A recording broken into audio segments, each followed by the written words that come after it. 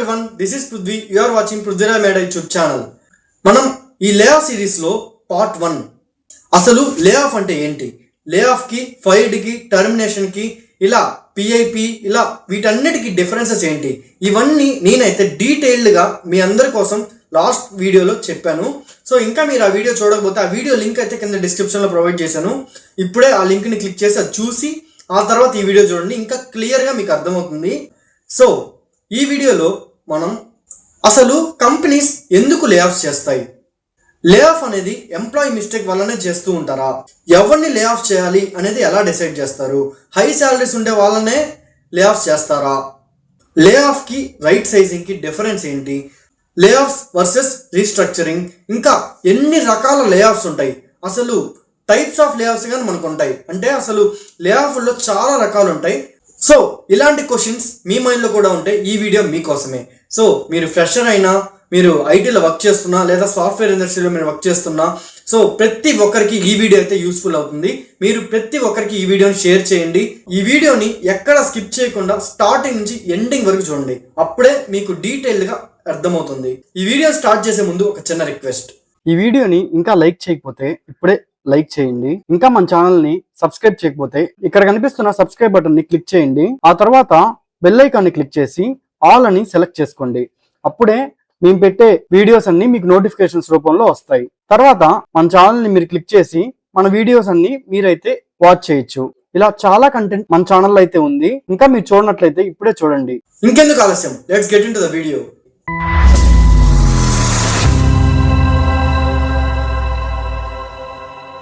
Types of లే offs. So మనం ఇప్పటి వరకు లే ఆఫ్ అంటే ఏంటి అనేది మనం తెలుసుకున్నాం. ఈ లే ఆఫ్లో కూడా చాలా రకాలు ఉంటాయి. సో అవన్నీ మనం డీటెయిల్డ్గా మనం చూద్దాం. సో ఫస్ట్ వచ్చి లే ఆఫ్కి రైట్ సైజింగ్కి డిఫరెన్స్ ఏంటి, లే ఆఫ్కి రీస్ట్రక్చరింగ్కి డిఫరెన్స్ ఏంటి, ఇంకా ఎన్ని రకాల లే ఆఫ్లు ఉంటాయి, ఎందుకు అసలు కంపెనీస్ లే ఆఫ్స్ చేస్తున్నాయి, తర్వాత అసలు లే ఆఫ్ అనేది ఎంప్లాయీ మిస్టేక్ వల్లనే జరుగుతుందా, కంపెనీస్ అసలు లే ఆఫ్ ని ఎవరిని చేయాలి అనేది ఎలా డిసైడ్ చేస్తాయి, హెచ్ఆర్ ప్రాసెస్ ఎలా ఉంటుంది లే ఆఫ్ అప్పుడు, లే ఆఫ్ రోజు అసలు ఏం జరుగుతుంది, ఎక్కువ ప్యాకేజ్ ఉంటే లే ఆఫ్లు చేస్తారా, నోటీస్ పీరియడ్ అసలు ఉంటుందా ఉండదా లే ఆఫ్ల్లో. సో ఇవన్నీ మనం చూద్దాం one by one. So first అయితే లే ఆఫ్ కి రైట్ సైజింగ్ కి డిఫరెన్స్ చూద్దాం. రైట్ సైజింగ్ అంటే ఇది కంపెనీ యొక్క ఫ్యూచర్ బిజినెస్ నీడ్స్ కి తగ్గట్టు వర్క్ ఫోర్స్ ని ఆప్టిమైజ్ చేయడం. అంటే ఫర్ ఎగ్జాంపుల్ ప్రెసెంట్ ఒక 10,000 పీపుల్తో వర్క్ చేస్తున్నారు అనుకోండి, ఆ కంపెనీలో 10,000 వర్క్ ఫోర్స్ ఉన్నారు. సో ఇప్పుడు వాళ్ళకి ఫ్యూచర్లో ఏఐ టూల్స్ని వాళ్ళు యూజ్ చేద్దాం అని అనుకున్నారు, ఇట్లా ఏదో ఒక ఆల్టర్నేటివ్స్ వాళ్ళకు ఉన్నాయి. సో ఆ ప్లాన్స్ ప్రకారంగా వాళ్ళకి ఓన్లీ ఒక 6,000 to 7,000 సరిపోతారు. సో వీళ్ళని ఎలా ఆప్టిమైజ్ చేయాలి రిమైనింగ్ పీపుల్ని అంటే, ఇప్పుడు ఆ 6,000 7,000 పీపుల్తోనే ఇక్కడ ఈ 10,000 పీపుల్తో వచ్చే ఆ ప్రాఫిట్ ని వీళ్ళు తెచ్చుకోవాలి. సో దానికి వీళ్ళని ట్రైన్ చేయడం కానీ, ఇలా దీన్ని ఆప్టిమైజేషన్ అంటారు. ఎలా వీళ్ళకి టూల్స్ కొత్తగా ప్రొవైడ్ చేయడం కానీ, ఇలా వీళ్ళు ఆప్టిమైజ్ చేసి రిమైనింగ్ పీపుల్ని లే ఆఫ్ చేస్తారు. సో ఇలా మనకి కరెక్ట్ నెంబర్ ఆఫ్ ఎంప్లాయీస్ని మెయింటైన్ చేయడం, అంతేగాని అన్నెసరీగా ఎక్కువ మందిని తీసుకొని బెంచ్లో ఉంచడం. ఓకే, సో ఇలాగ మనకి అన్నెసరీగా ఎక్కువ లేకుండా అందరికీ పర్మనెంట్ జాబ్స్ ఇవ్వకుండా కొందరికి కాంట్రాక్ట్ జాబ్స్ ఇవ్వడం.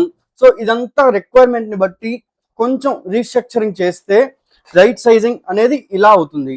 ఇంకా ఎఫిషియన్సీ కూడా చాలా బాగా ఇంప్రూవ్ చేయడం, ఇంకా మనకి కాస్ట్ కానీ ప్రొడక్టివిటీ కానీ రెండు బ్యాలెన్స్లో చేయడం, ఇంకా టెక్నాలజీ చేంజెస్ మొత్తం మనం ట్రెండ్కి తగ్గట్టు మనం అడాప్ట్ చేసుకోవడం, ఇవన్నీ మనకి రైట్ సైజింగ్ అంటే చేస్తారు. ఓకే, నెక్స్ట్ లే ఆఫ్ అంటే ఏంటి. సో రైట్ సైజింగ్ లోనే వన్ యాక్షన్ కావచ్చు. అంటే నేను చెప్పాను కదా, ఇప్పుడు వర్క్ ఫోర్స్ ని ఆప్టిమైజ్ చేయాలి అంటే 10,000 లో ఆ 7,000 పీపుల్ అనే వాళ్ళు ఇక్కడే ఉంటారు, బట్ రిమైనింగ్ 3,000 ని లే ఆఫ్ చేయాలి అంటే కంపెనీ నుంచి రిమూవ్ చేసేయాలి. సో ఎంప్లాయీస్ ని రెడ్యూస్ చేయడం లే ఆఫ్ అంటే. సో ఇక్కడ ఈ విధంగా ఇది వర్క్ అవుతుంది. సో రైట్ సైజింగ్ అంటే ఎంప్లాయీస్ ని తప్పకుండా రిమూవ్ చేయాలి అని అర్థం కాదు, కానీ కంపెనీ ప్రాపర్ సైజులో ఆపరేట్ చేయడానికి ప్లాన్ చేస్తుంది. సో లే ఆఫ్స్ అనేది ఒక ఆప్షన్ మాత్రమే ఇక్కడ.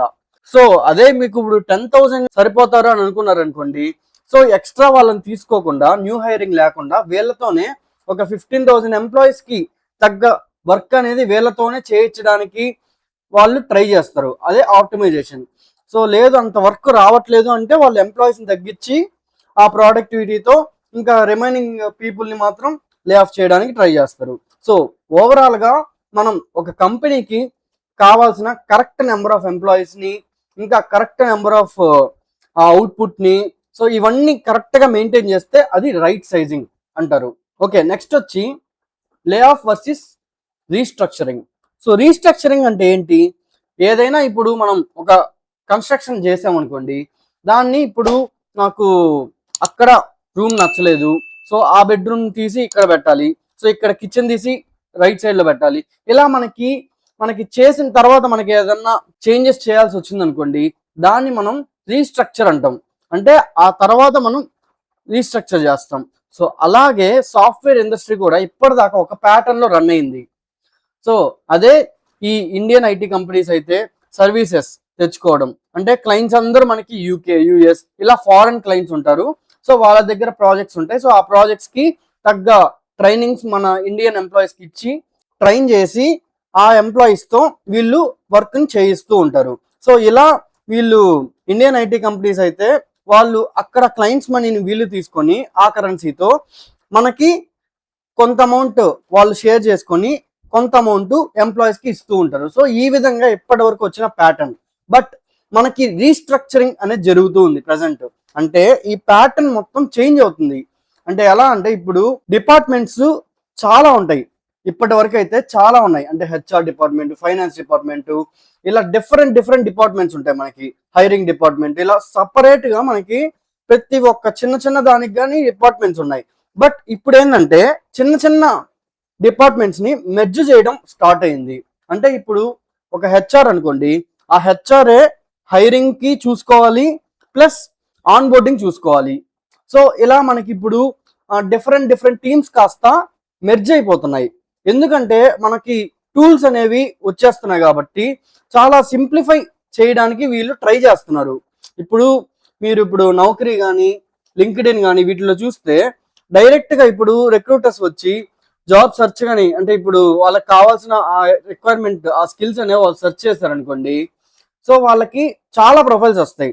సో వీళ్ళే మాన్యువల్ గా అవన్నీ చెక్ చేసి ఫిల్టర్ చేయాలి. సో ఏటీఎస్లు ఇవన్నీ మీకు ఎన్నున్నా కానీ మాన్యువల్ గా వీళ్ళు చేయాలి. బట్ మనకి ఈ 1 or 2 years లో మనకి రీస్ట్రక్చర్ జరుగుతుంది కదా. అంటే ఏం జరుగుతుంది అంటే ఇప్పుడు ఆ మాన్యువల్ చెకింగ్ కూడా చాలా తక్కువ అయిపోతాయి. అంటే ఆటోమేటిక్ గా ఏఐఏ ఆ స్కిల్స్ ని కానీ ప్రతి ఒక్కటి అదే వెరిఫై చేసేసి అదే కరెక్ట్ దా యూసేజ్ కి తగ్గ ఆ పీపుల్ ని అదే ఫైండ్ అవుట్ చేస్తుంది. సో వీళ్ళు దాంట్లో ఇంటర్వ్యూలు పెట్టి వాళ్ళు సెలెక్ట్ చేసుకుంటారు. సో ఇలా చాలా వరకు ఆ దానికి కానీ ఉండే టీమ్ ని కానీ, ఓకే, అంటే ఆ సర్చింగ్ చేసేదానికి టీం కానీ, ఓకే, సో ఇట్లాగా వీళ్ళందరినీ మెర్జ్ చేసేస్తారు. సో కొందరిని తీసేయడం, కొందరిని మెర్జ్ చేయడం కొన్ని డిపార్ట్మెంట్స్ ని. సో ఈ విధంగా కొత్తగా చాలా డిపార్ట్మెంట్స్, ఒక 100 డిపార్ట్మెంట్స్ ఉంటే ఇంకా 50 డిపార్ట్మెంట్స్ గా చేంజ్ అయిపోతాయి. సో ఇలా చాలా చేంజెస్ అయితే జరుగుతూ ఉన్నాయి ప్రజెంట్ సాఫ్ట్వేర్ ఇండస్ట్రీలో. Next new management structure. So ఇప్పటి వరకు మేనేజరు, తర్వాత లీడ్, తర్వాత ఎంప్లాయీస్, ఇలా మనకి తెలిసిన చిన్న స్ట్రక్చర్ ఇది. బట్ రియల్ టైంలో మనకి సాఫ్ట్వేర్ ఇండస్ట్రీలో చూస్తే చాలా పెద్ద కంపెనీస్ లో కానీ చాలా స్టేజ్ బై స్టేజ్ చాలా ఉంటారు. అంటే ఇప్పుడు సీనియర్ మేనేజర్ అంటారు, సీనియర్ ప్రోగ్రామ్ మేనేజర్ అంటారు, ఇంకా టెక్నికల్ ఆర్కిటెక్ట్, టెక్నికల్ స్పెషలిస్ట్, ఇలా చాలా రోల్స్ అనేవి మనకి 1 by 1 ఉంటాయి. సో అవన్నీ ఇప్పుడు మేనేజ్మెంట్ మొత్తం రీస్ట్రక్చరింగ్ అవుతుంది. ఇంకా అలాగే బిజినెస్ స్ట్రాటజీ కూడా వాళ్ళు చేంజ్ చేసుకుంటున్నారు. అంటే ఇన్వెస్ట్మెంట్స్ కానీ, ఓకే, ఇంకా ఆ సర్వీసెస్ ప్రొవైడ్ చేయడానికి కానీ, ఓకే, ప్రతి ఒక్కటి మనకి అప్డేట్ అవుతున్నాయి అన్ని. ఆ టీమ్స్ మొత్తాన్ని రీఆర్గనైజ్ చేయడం.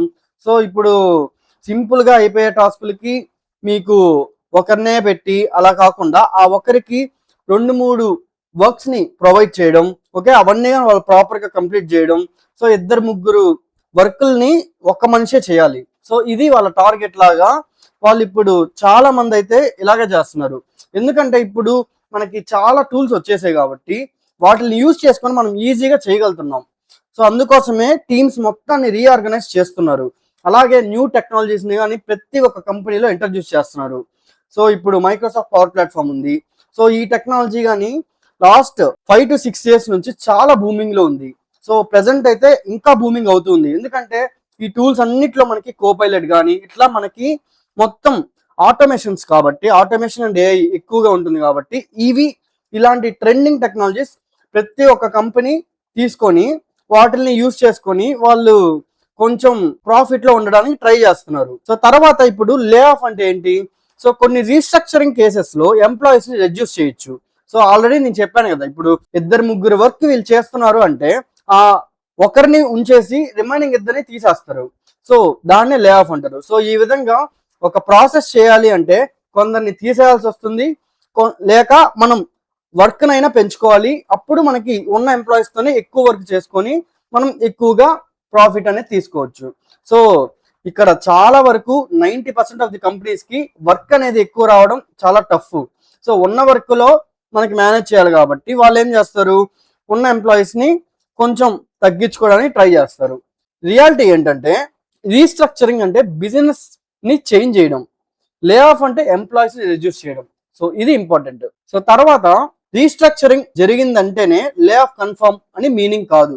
ఓకే, నేను చెప్పినట్టు వాళ్ళకి వర్క్ ఎక్కువగా ఉంటే రీస్ట్రక్చర్ చేసుకొని వాళ్ళు మేనేజ్ చేసుకుంటారు. లేదు అంటే అప్పుడు వాళ్ళు ఎంప్లాయీస్ ని రెడ్యూస్ చేయడానికి ట్రై చేస్తారు. ఓకే, తర్వాత వచ్చి అసలు ఎన్ని రకాల లే ఆఫ్స్ ఉంటాయి? సో మీరు గమనించినట్లయితే ఇక్కడ temporary lay off, permanent lay off, individual lay off, team lay off, department lay off, mass lay off, global work force reduction, project based lay of, business unit ఎక్స్ప్లోజర్.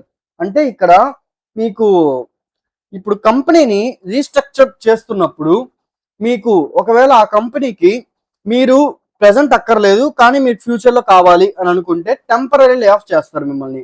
అంటే కొన్ని రోజులు మీకు బ్రేక్ ఇచ్చి తర్వాత మేబీ వాళ్ళు పిలవచ్చు.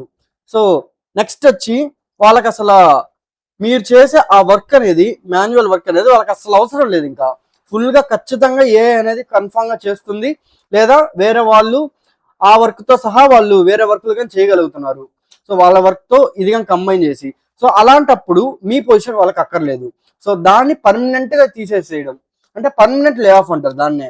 సో లేదా ఇండివిజువల్గా ఓన్లీ ఆ పర్సన్ని తీసేయడం, లేదా ఇప్పుడు ఒక టీము ఒక సపోర్ట్ ఇస్తుంది.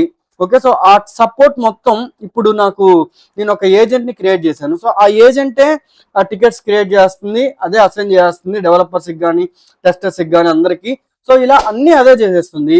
సో ఇక్కడ నాకు సపోర్ట్ అనే వాళ్ళు అవసరం లేదు, అంటే ఐటీ సపోర్ట్ అవసరం లే ఆ సిచ్యువేషన్లో. సో ఆ టీం మొత్తాన్ని లే ఆఫ్ చేయొచ్చు. లేదు అంటే ఇప్పుడు డిపార్ట్మెంట్ మొత్తం, సో కొన్ని డిపార్ట్మెంట్లని తీసేస్తున్నారు, కొన్ని డిపార్ట్మెంట్లని మెర్జ్ చేస్తున్నారు. సో ఆ సిచ్యువేషన్స్ లో మీరు అప్గ్రేడెడ్ గా లేకపోతే మీరు అవసరం లేదు, సో ఆ డిపార్ట్మెంట్ మొత్తాన్ని లే ఆఫ్ చేస్తారు. సో ఇలాగా మనకి మాస్ లే ఆఫ్ అంటే అది అసలు మల్టిపుల్ డిపార్ట్మెంట్స్ నుంచి మల్టిపుల్ పీపుల్ని ఆ మాన్యువల్ గా ఉండే ఆ వర్క్స్ అవన్నీ వాళ్ళు ఆల్రెడీ అనలైజ్ చేసి ఆ తర్వాత వీళ్ళు చేసే ఈ వర్క్ అనేది మనకి ఫ్యూచర్ లో అంత అవసరం లేదు అసలు. సో ప్రెసెంటే ఇంకా చాలా తక్కువ చేస్తున్నారు కాబట్టి, అంటే ఆ వర్క్ అనేది ఆల్రెడీ మెర్జ్ చేసి ఉంటారు వేరే వాళ్ళకి. సో మల్టిపుల్ డిపార్ట్మెంట్స్ నుంచి పీపుల్ని రిమూవ్ చేయడాన్ని మాస్ లే ఆఫ్ అంటారు. Next global work force reduction. అంటే ఇప్పుడు గ్లోబల్ గా మనకి ఎప్పుడైతే బాగా టెక్నాలజీ అడ్వాన్స్ అయ్యిందో అప్పుడు ప్రతి ఒక్క కంపెనీ వర్క్ ఫోర్స్ ని రెడ్యూస్ చేయడానికి ట్రై చేస్తుంది. సో ఇదే ఇప్పుడు గ్లోబల్ గా మనం చూస్తూ ఉన్నాం కదా, అమెజాన్ కానీ, ఒరాకిల్ కానీ, మెటా కానీ, ఇలా పెద్ద పెద్ద కంపెనీస్ లో ఎక్కువగా సపోర్ట్ టీం ఉంటుంది. ఎక్కువగా వాళ్ళకి వర్క్స్ కూడా చిన్న చిన్న వర్క్స్ కూడా ప్రతిదానికి ఎంప్లాయీస్ ఉంటారు. సో అలా ఎక్కువ మందిని ప్రెసెంట్ అయితే ఉంచకుండా కొన్ని మెర్జ్ చేసి చాలా మందిని రెడ్యూస్ చేయడానికి ట్రై చేస్తూ ఉన్నారు. సో దీన్ని గ్లోబల్ వర్క్ ఫోర్స్ రిడక్షన్ అంటారు. సో నెక్స్ట్ వచ్చి ప్రాజెక్ట్ బేస్డ్ లే ఆఫ్. అంటే ఇప్పుడు నేను ఆల్రెడీ మీకు ప్రీవియస్ వీడియోలో కానీ చెప్పాను. సో ఒక ప్రాజెక్ట్ లో వాళ్ళకి ఎండ్ అయిపోయింది. సో ఆ ప్రాజెక్ట్ లో వాళ్ళకి అంటే ఆ టెక్నాలజీ వాళ్ళు ఏదైతే చేశారో ఆ ప్రాజెక్టులు ఇంకా వాళ్ళకి రావు ఆ కంపెనీకి, ఎందుకంటే అది ఓల్డ్ అయిపోతుంది. సో అట్లాంటి ఆ ప్రాజెక్ట్ లో ఉండే టీం మొత్తాన్ని ఒకేసారి తీసేస్తారు ఇంకా. సో దాన్ని ప్రాజెక్ట్ బేస్డ్ లే ఆఫ్ అంటారు.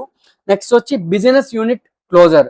సో బిజినెస్ యూనిట్ అనేది కానీ ఒకేసారి ఆ బిజినెస్ యూనిట్ మనకి అంత అవసరం లేదు అంటే మెర్జ్ చేసి ఆ యూనిట్ లో ఉండే వాళ్ళందరినీ క్లోజ్ చేస్తారు, లేదు వాళ్ళని కానీ ఇక్కడ మూవ్ చేయడం ఇలాగా చేస్తూ ఉంటారు. సో ఇలా మనకి డిఫరెంట్ లే ఆఫ్స్ అయితే జరుగుతూ ఉంటాయి. సో దీని మీద మీ ఒపీనియన్ ఏంటో ఖచ్చితంగా కింద కామెంట్ చేయండి. అలాగే నేను ఏదైనా మిస్టేక్ లో చెప్పుంటే మీరు కరెక్ట్ చేయండి. ఓకే, సో రియాలిటీ ఏంటంటే ఫైనల్ గా డిఫరెంట్ కంపెనీస్ కి డిఫరెంట్ టైప్స్ ఆఫ్ లే ఆఫ్స్ అనేవి ఫాలో చేస్తూ ఉంటారు. సో అదంతా depending on the business situation. Okay, so తర్వాత వచ్చి అసలు కంపెనీస్ ఎందుకు లే ఆఫ్ చేస్తున్నాయి? సో ద మెయిన్ రీజన్స్ ఏంటంటే కాస్ట్ కటింగ్. సో ఇప్పుడు మీరు ప్రజెంట్ ఒక సిస్టమ్ ఫాలో అవుతున్నారు. సో మీకు ఇప్పుడు టెక్నాలజీ అప్డేట్ అయింది. సో క్లయింట్స్ కి ఇప్పుడు ఏ టూల్స్ ఎక్కువగా యూజ్ చేయండి, సో మాకు కొంచెం తక్కువలో ఎక్కువ వర్క్ కనబడాలి, ఓకే ఇలా అడుగుతున్నారు. సో వీళ్ళు ఏం చేస్తారు, ఫస్ట్ ఆ ఏఐ టూల్స్ కి ఇన్వెస్ట్ చేయాలి ఫస్ట్. సో ఇన్వెస్ట్ చేయాలంటే మనకి ఇక్కడ నుంచి మనీ అనేది కావాలి. సో ఆ మనీ వల్ల వీళ్ళు ఏం చేస్తారు, ఇంకా వీళ్ళు ఫస్ట్ ఎవరైతే చిన్న వర్క్స్ కి ఆల్రెడీ వాళ్ళు శాలరీస్ ఇస్తున్నారో సో ఆ ఎంప్లాయీస్ ని కట్ చేయడానికి ట్రై చేస్తారు. సో ఈ విధంగా కాస్ట్ కటింగ్ అనేది వీళ్ళు చేసి ఆ మనీని వీళ్ళు ఏఐ టూల్స్ మీద ఇన్వెస్ట్ చేయడానికి కానీ ఇలా వీళ్ళు ఇన్వెస్ట్మెంట్ కి మనీ కావడం కోసం వాళ్ళు కాస్ట్ కటింగ్ అనేది చేస్తారు. నెక్స్ట్ రెవెన్యూ డిక్రీజ్ అయినా కానీ వాళ్ళకి ఇప్పుడు కావాల్సినంత అంటే లాస్ట్ ఫైనాన్షియల్ ఇయర్ కి ఈ ఫైనాన్షియల్ ఇయర్ కి వాళ్ళకి అనుకున్నంత రెవెన్యూ రాలేదు. సో ఆ టైంలో కానీ వాళ్ళు ఎంప్లాయీస్ ని తీసేయడం. ఓకే, ఈ రీజన్ కూడా కంపెనీస్ లో ఒక లే ఆఫ్ చేయడానికి ఒక రీజన్. నెక్స్ట్ ప్రాఫిట్ మార్జిన్ ని వాళ్ళు ఇంప్రూవ్ చేయడానికి, అంటే ప్రాఫిట్స్ ఉన్నవి సరిపోవు ఇంకా మనం ఇంప్రూవ్ చేసుకోవాలి.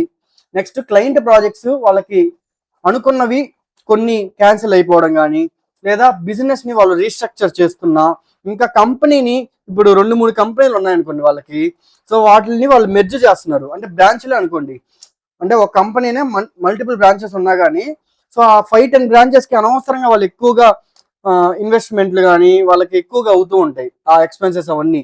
సో వీళ్ళు ఆ 2 బ్రాంచ్లని కనీసం మెర్జ్ చేయాలనుకున్న ఆ 10లో ఆ ఎంప్లాయీస్ ని కొంతమందిని వాళ్ళు ఉంచుకొని సో కొంతమందిని వాళ్ళు రిమూవ్ చేస్తారు, లే ఆఫ్ చేస్తారు. సో ఇలా కంపెనీని వాళ్ళు మెర్జ్ చేయడం వల్ల కానీ ఇంకా అక్విజిషన్ తర్వాత కూడా డూప్లికేట్ రోల్స్ చాలా ఉంటాయి. అంటే వేరే కంపెనీస్ ని వీళ్ళు కొన్నారనుకోండి, ఆ తర్వాత కొన్ని రోల్స్ అనేవి కామన్ గా ఉంటాయి. సో అనవసరంగా ఆ కంపెనీలో ఉండే ఆ ఎంప్లాయీస్ ఆ రోల్స్ మనకు అక్కర్లే, సో మన వాళ్ళే మేనేజ్ చేయగలుగుతారు. సో అట్లాంటి డూప్లికేట్ రోల్స్ ని రిమూవ్ చేస్తారు. సో నెక్స్ట్ వచ్చి ఏఐ అండ్ ఆటోమేషన్. సో ఇది ప్రెసెంట్ చాలా మందికి తెలుసు, AI artificial intelligence automation. So ఇప్పుడు ప్రీవియస్ గా మనకి అప్లికేషన్స్ కానీ ఏదైనా డెవలప్ చేయాలంటే రియల్ గా ప్రతి ఒక్కరికి జావా, పైథాన్ ఇలా అన్ని కోడింగ్స్ రావాలి, ఫ్రంట్ ఎండ్ బ్యాక్ ఎండ్ అన్ని. సో కానీ ఇప్పుడు ప్రెసెంట్ మీరు చూస్తుంటే మైక్రోసాఫ్ట్ పవర్ ప్లాట్ఫామ్ ద్వారా మనం ఈజీగా ఆటోమేషన్ చేయగలుగుతాం. అంటే మీకు ఎవరికైనా కానీ మెయిల్ సెండ్ చేయాలన్నా కానీ, మేనేజర్ రిపోర్ట్స్ సెండ్ చేయాలన్నా కానీ, మనకి షెడ్యూల్లో ఏం జరగాలన్నా కానీ, మీ బర్త్డేకి మెయిల్స్ రావాలన్నా ఇవన్నీ ఆటోమేషన్. ఆటోమేటిక్ గా ఆ టైంకి మెయిల్ అనేది ట్రిగ్గర్ అయిపోద్ది. అలాగే యాప్స్ ని కూడా మనం సింపుల్ గా డ్రాగ్ అండ్ డ్రాప్ తో మనం ఆటోమేట్ చేసేయచ్చు. సో ఇలా ఈ టెక్నాలజీస్ లో కోడ్, నో కోడ్ కానీ ఇలా ఆటోమేషన్ అండ్ ఏఐ టూల్స్ కానీ ఆటోమేషన్ టెక్నాలజీస్ కానీ ఎక్కువ అయిపోతున్నాయి. సో ఈ రీజన్ వల్ల కూడా మనకైతే కంపెనీస్ లే ఆఫ్ చేయడానికి ఒక రీజన్ గా చెప్పుకోవచ్చు. అలాగే ఎకనామిక్ గా మనకి ఐటీ అనేది చాలా స్లో డౌన్ అయిపోయింది. ఎందుకంటే క్లయింట్స్ కానీ ప్రాజెక్ట్స్ ఇవ్వడానికి ముందుకు రావట్లేదు ఎక్కువగా. ఎందుకంటే వాళ్ళు కూడా వెయిట్ చేస్తున్నారు, అసలు ఇంకా ఏమన్నా అడ్వాన్స్ అవుతుందా, అసలు ఎంత లాంగ్ ఇది వెళ్తుంది, ఎంత ఎండ్ అవుతుంది, ఇలా మనకి ప్రాజెక్ట్స్ అనేది తక్కువ అయిపోతున్నాయి. సో మనం ఎంత ఫాస్ట్ గా అప్గ్రేడ్ గా ఉంటామో అప్పుడు మనకి ఛాన్సెస్ అనేవి ఎక్కువ ఉంటాయి. ఈ విధంగా ప్రెసెంట్ అయితే ఎకనామిక్ గా కూడా ఈ ఐటీ అనేది స్లో డౌన్ ఉంది. సో ఇది కానీ ఒక reason. Next global market conditions. So present market conditions ని బట్టి కానీ గ్లోబల్ గా ఎలా జరుగుతుంది అవన్నీ బేస్ చేసుకుని కంపెనీస్ అనేవి లే ఆఫ్ చేస్తున్నాయి. Next over hiring. సో ఇప్పుడు మీకు అందరికీ తెలుసు, సో అది ఇప్పుడు కోవిడ్ కానీ ఓకే ఇలా పాండమిక్ సీజన్స్ లో కానీ సో చాలా మందిని రిమోట్ గా హైరింగ్ ఎక్కువ చేసుకున్నారు. సో వాళ్ళు అందరినీ ఆఫీస్ కి పిలిచారనుకోండి, సో ఆ ఆఫీస్ లో ప్లేస్ సరిపోదు వాళ్ళకి. సో అందుకే ఇప్పటికీ చాలా మంది రిమోట్ గానే వర్క్ చేస్తున్నారు. ప్లస్ అప్పటి నుంచి ఓవర్ హైరింగ్ ఎక్కువ అయిపోయింది అని చాలా మందికి తెలుసు. సో ఆ హైరింగ్ లో వాళ్ళు ఎందుకు చేసుకున్నారు అంటే ఆ టైంలో వాళ్ళు కూడా ఎక్కువగా అందరూ రిమోట్ లోనే వర్క్ చేశారు కాబట్టి వాళ్ళకేం తెలియలేదు. బట్ అది రీసెంట్ ఇయర్స్ లో అంత నార్మల్ అయిపోయింది కాబట్టి ఇప్పుడు అన్ని తెలుసుకొని వాళ్ళు సో కొందరిని రిమూవ్ చేయడానికి ట్రై చేస్తున్నారు. సో ఈ ఓవర్ హైరింగ్ కూడా ఒక reason. Next business strategy change. Already మీకు చెప్పాను. సో ఇలా బిజినెస్ లో ఈ మొత్తం స్ట్రాటజీని మొత్తం వాళ్ళు చేంజ్ చేస్తున్నారు, అంటే రీస్ట్రక్చరింగ్ అనుకోండి సింపుల్ గా. సో ఈ విధంగా అయితే మనకి ఈ లే ఆఫ్లు కంపెనీస్ చేయడానికి చాలా రీజన్స్, ఇవన్నీ చాలా important. Next lay off decision అనేది యూజువల్ గా ఎంప్లాయీ పర్ఫార్మెన్స్ కంటే business needs and business revenue వీటిపైన ఎక్కువగా డిపెండ్ అవుతుంది. ఓకే, సో నెక్స్ట్ వచ్చి అసలు లే ఆఫ్ అవ్వడానికి ఎంప్లాయీ ఏమన్నా మిస్టేక్ చేస్తున్నాడా అని అంటే నో. సో ఇది ఎంప్లాయీ మిస్టేక్ 100% కాదు. ఎందుకంటే కంపెనీ గురించి బిజినెస్ ఏం జరుగుతుంది అవన్నీ ప్రతి ఒక్క ఎంప్లాయీకి తెలుసుకోవాల్సిన అవసరం లేదు. అండ్ ఎలా తెలుసుకోవాలి అని కూడా చాలా మందికి తెలియదు అది. సో బిజినెస్ అనేది మనకి ప్రతి ఒక్కటి మనకి చెప్పి చేయరు. సో ఆటోమేటిక్ గా మనకి వాళ్ళు ఏం చెప్తే అది మనమే చేస్తాం. సో మనకి బిజినెస్ గురించి అంత అవేర్నెస్ ఉండదు. మన వర్క్ ఏందో మనం చూసుకుంటాం కాబట్టి ఎంప్లాయీస్ కి అంత అవేర్నెస్ ఉండదు. అసలు మన కంపెనీలో ఏం జరుగుతుంది అనేది మనకు తెలియదు. సో బయట న్యూస్ వచ్చేదాకా మనకు తెలియదు నిజం చెప్పాలంటే. సో ఈ విధంగా అందుకని మనకి ఇది ఎంప్లాయీ మిస్టేక్ కాదు లే ఆఫ్ అనేది. కానీ అవుట్ సైడ్ లో మనం చెక్ చేసుకుంటూ ఉండాలి. అసలు బయట నిజంగా ఏం జరుగుతున్నాయి అవన్నీ చూసుకొని మనం ఎలా ఉన్నామని మనం కంపేర్ చేసుకొని మనం అప్డేట్ అవుతూ ఉండాలి. ఓకే, సో ఇక్కడ మెయిన్ ఏంటంటే ఇంకా ఎంప్లాయీ పర్ఫార్మెన్స్ అనేది ఎక్సలెంట్ గా ఉన్నా కానీ ఎంటైర్ ప్రాజెక్ట్ క్లోజ్ అవ్వచ్చు, ఇంకా బడ్జెట్ అనేది రెడ్యూస్ అవ్వచ్చు, క్లయింట్ కాంట్రాక్ట్ అనేది ఎండ్ అయిపోవచ్చు, ఇంకా కంపెనీ లాసెస్ లోకి రావచ్చు, డిపార్ట్మెంట్ అనేది క్లోజ్ అవ్వచ్చు. సో ఇవన్నీ మనకి ప్రెసెంట్ రీజన్స్. సో అంతేగాని ఎంప్లాయీ మిస్టేక్ కాదు ఇది. సో లే ఆఫ్ అంటే ఎంప్లాయీ ఫెయిల్యూర్ అని అనుకోవడం బిగ్గెస్ట్ మిత్. సో ఇప్పుడు చాలా మంది బయట నేను యూట్యూబ్ లో కానీ ఇక్కడ అంతా సోషల్ మీడియాలో నేను చూస్తుంటే, సో ఇప్పుడు ఆ కంపెనీలో నుంచి ఎంప్లాయీస్ కానీ లే ఆఫ్ అయిపోయారు అనుకోండి, సో ఆ రిలేటివ్స్ కానీ ఆ చుట్టూ ఉండే వాళ్ళు కానీ వీడికి ఏం రాదు అందుకే వీడిని తీసేశారు ఇలా అనుకుంటూ ఉన్నారు. సో అది చాలా మిత్ అని మనం చెప్పొచ్చు. సో ఇది బిజినెస్ వల్ల జరుగుతుంది, అంతేగాని ఇప్పుడు వాళ్ళ మిస్టేక్ అయితే ఏం లేదు.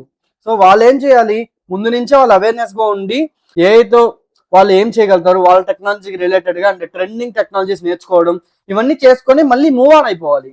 సో ప్రతి దాంట్లో మనకి సక్సెస్ ఫెయిల్యూర్స్ ఉంటాయి. సో అంతేగాని ఇప్పుడు ప్రతి దానికి మందే మిస్టేక్ అనుకోకూడదు. ఓకే, సో ఇక్కడైతే ఇది ఎంప్లాయీ మిస్టేక్ వల్ల లే ఆఫ్ అనేది కాదు. ఓకే, నెక్స్ట్ వచ్చి కంపెనీస్ అసలు ఎవరిని లే ఆఫ్ చేయాలనేది ఎలా డిసైడ్ చేస్తాయి. సో వీటికి కూడా కామన్ రీజన్సే ఉంటాయి మోస్ట్లీ. అంటే ఇప్పుడు కంపెనీస్ ఏం ఫ్యాక్టర్స్ చూస్తాయంటే, ఫస్ట్ ఫ్యాక్టర్ బిజినెస్ ప్రయారిటీ. అంటే ఆ బిజినెస్ కి మెయిన్ ఇంపార్టెన్స్ ఏంటి, ఎవరు మనకి ఇంపార్టెంట్, ఏ టెక్నాలజీ ఇంపార్టెంట్, అండ్ ఏ మేనేజ్మెంట్ లో ఎవరు ఇంపార్టెంట్ మనకి.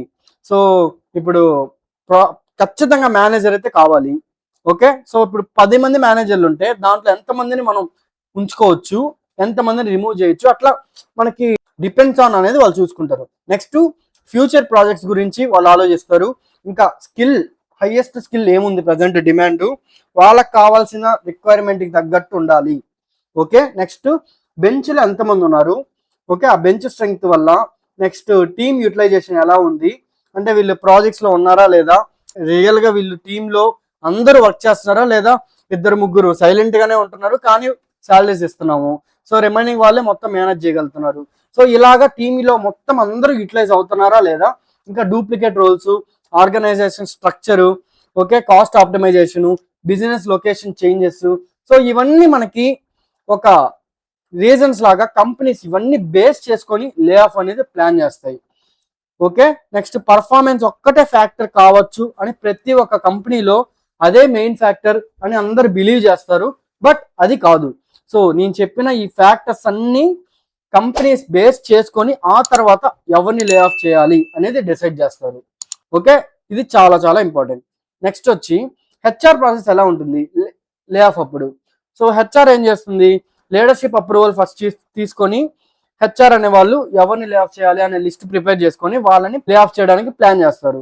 సో లీగల్ టీమ్ తో రివ్యూ చేసుకోవడం, ఇంకా ఎంప్లాయీస్ లిస్ట్ ఫైనల్ చేయడం. సో నాకు చెప్పినట్లు ఇలా డిస్కషన్స్ జరుగుతాయి. ఇలా అఫీషియల్ గా కమ్యూనికేషన్ ఇచ్చి ఎగ్జిట్ డాక్యుమెంట్స్ వాళ్ళు ప్రిపేర్ చేసుకొని సేమ్ మనకి ఎలా అయితే రిజిగ్నేషన్ జరుగుతాయో అలాగే ఐటీ హ్యాకర్స్ డిజేబుల్ చేయడం, ఇలాగా వాళ్ళు సింపుల్ గా హెచ్ఆర్ ప్రాసెస్ అనేది చేస్తూ ఉంటారు.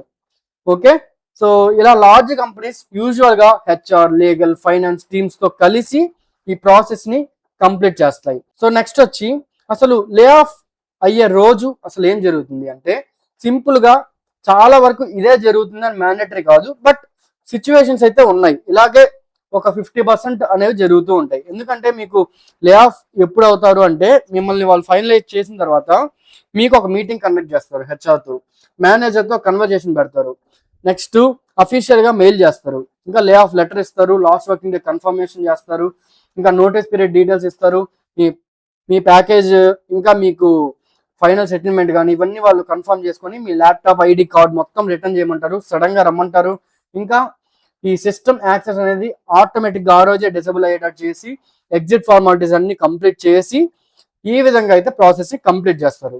సో ఇప్పుడు రియాలిటీ ఏంటంటే, కంపెనీ ప్రాసెస్ ని బట్టి ఆ స్టెప్స్ అనేది మారచ్చు. సో ఒక్కొక్క కంపెనీకి ఒక్కొక్క ప్రాసెస్ ఉంటుంది, కానీ అఫీషియల్ కమ్యూనికేషన్ అయితే ఎగ్జిట్ ప్రాసెస్ అయితే కామన్ గా ప్రతి ఒక్క కంపెనీలో ఇన్ఫార్మ్ చేసి మరీ చేస్తూ ఉంటారు. ఇది లే ఆఫ్ రోజు మనకి జరిగేది. ఓకే, నెక్స్ట్ వచ్చి సివిరెన్స్ ప్యాకేజ్. వాట్ ఈస్ ఇట్ అంటే ఏంటి? సివిరెన్స్ ప్యాకేజ్ అంటే ఏంటంటే, ఇప్పుడు కంపెనీస్ మీకు ఇవ్వాల్సిన శాలరీ కంటే ఎక్కువగా ఇస్తున్నారు, బోనసెస్ కానీ ఎక్కువగా ఇచ్చేసారు, సో నోటీస్ కి కానీ వాళ్ళు పే చేయాలి. సో ఇవన్నీ లీవ్ ఎంకాష్మెంట్ కానీ, హెల్త్ ఇన్సూరెన్స్ ఎక్స్టెన్షన్ కానీ, సో కెరియర్ ట్రాన్సిషన్ సపోర్ట్ కానీ, అవుట్ ప్లేస్మెంట్ అసిస్టెన్స్ అంటే ఇప్పుడు మిమ్మల్ని ఆన్ సైడ్కి పంపించడం కానీ, ఓకే, మిమ్మల్ని వేరే ప్లేస్కి లొకేషన్కి ఏమన్నా చేంజ్ చేయడం కానీ, ఇలాంటివన్నీ వాటికి కూడా వాళ్ళకి కొంచెం ఎక్స్పెన్సెస్ అవుతాయి కదా. సో ఇవన్నీ ఏంటంటే కంపెనీకి ఎక్స్పెన్సెస్. ఓకే, సో ఇలా ఇవన్నీ కంపేర్ చేసుకొని ఇవన్నీ కలిపి ఎంత ప్యాకేజ్ ఇస్తున్నారు సిటిసి, సో దాన్ని బేస్ చేసుకొని వీళ్ళు డిసైడ్ చేస్తూ ఉంటారు.